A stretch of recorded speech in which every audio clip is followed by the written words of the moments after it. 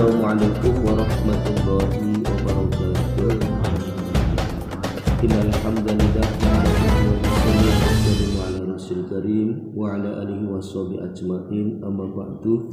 Jamaah subuh yang dimuliakan Allah, pagi ini kita akan memulai kembali untuk taklim yang di dalamnya adalah pembahasan tentang fadilatus shadaqah yang diambil dalam ayat Al-Quran maupun sabda Rasulullah Sallallahu Alaihi Wasallam.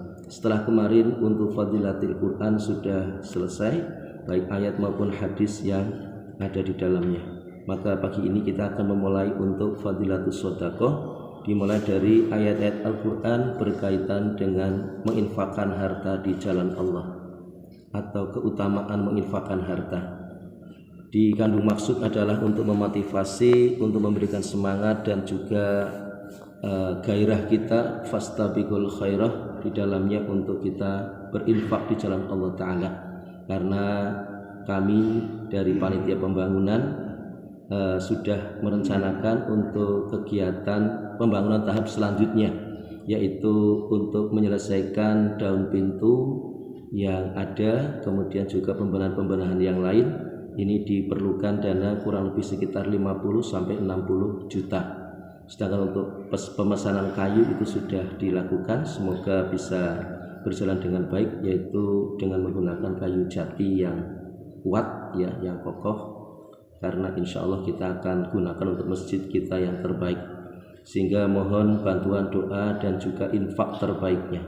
Untuk menyemangatkan ini, mari kita dengarkan bersama pembacaan ayat Al-Quran berkait dengan menginfakkan harta di jalan Allah. Ayat yang pertama, A'udzubillahi minasyaitonirrajim. Bismillahirrahmanirrahim. Wa anfiqu fi sabilillahi wa la tulqu bi aydikum ila tahlukah wa ahsinu innallaha yuhibbul muhsinin. Shadaqallahul azim. Dan belanjakanlah harta bendamu di jalan Allah, dan janganlah menjatuhkan dirimu ke dalam kebinasaan, serta berbuat baiklah, karena sungguhnya Allah menyukai orang-orang yang berbuat baik. Al-Quran Surah Al-Baqarah ayat 195.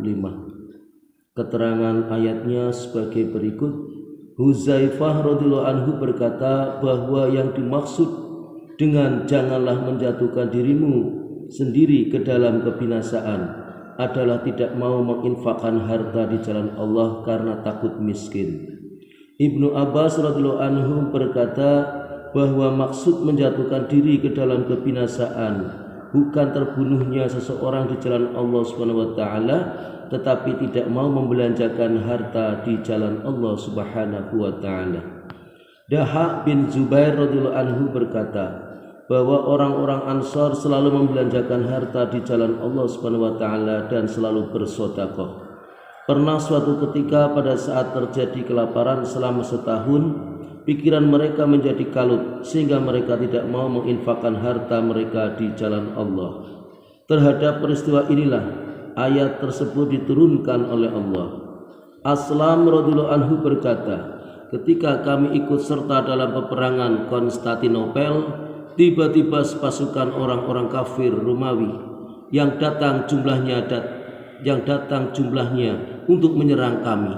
Pada waktu itu seseorang dari kaum muslimin masuk ke dalam barisan orang-orang kafir seorang diri sambil membawa pedang. Orang-orang Islam lainnya berteriak bahwa orang tersebut telah menjerumuskan diri ke dalam kebinasaan. Abu Ayyub Al-Ansari radhiyallahu anhu yang juga ikut serta dalam pertempuran tersebut berkata bahwa yang demikian itu bukan menjerumuskan diri ke dalam kebinasaan. Ia berkata, mengapa kalian mengartikan ayat tersebut seperti itu? Ayat ini turun berkenaan dengan peristiwa yang kami alami.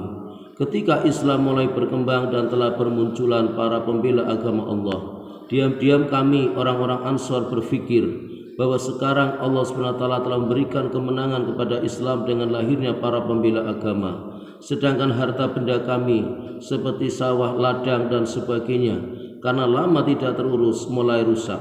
Untuk itu kami bermaksud untuk mengurusi dan memperbaiki sawah ladang kami. Terhadap peristiwa itulah ayat tersebut diturunkan. Dengan demikian yang dimaksud menjerumuskan diri dalam kebinasaan adalah sibuk mengurusi harta kekayaan sendiri dan meninggalkan jihad fisabilillah serta tidak menginfakkan harta di jalan Allah. Diambil dalam kitab Durrul Mansur. Demikianlah apa yang kita dengarkan dari ayat Al-Quran, yaitu surah Al-Baqarah ayat 195. Nanti bisa dibuka di dalam kitab tafsir masing-masing, monggo, dan dipelajari maksud serta asbabun nuzul dari ayat tersebut, sehingga menguatkan kita untuk senantiasa berinfak di jalan Allah Subhanahu wa ta'ala. Meskipun dalam keadaan sempit ataupun lapang, kita berupaya semampu kita terus jalankan infak. Ini adalah satu amalan yang akan memberikan keberkahan dalam kehidupan dan rizki kita di dunia, dan juga kehidupan dan rizki kita di akhirat. Allahumma amin. Demikian, dan mari kita tutup bersama dengan doa kafaratul majlis.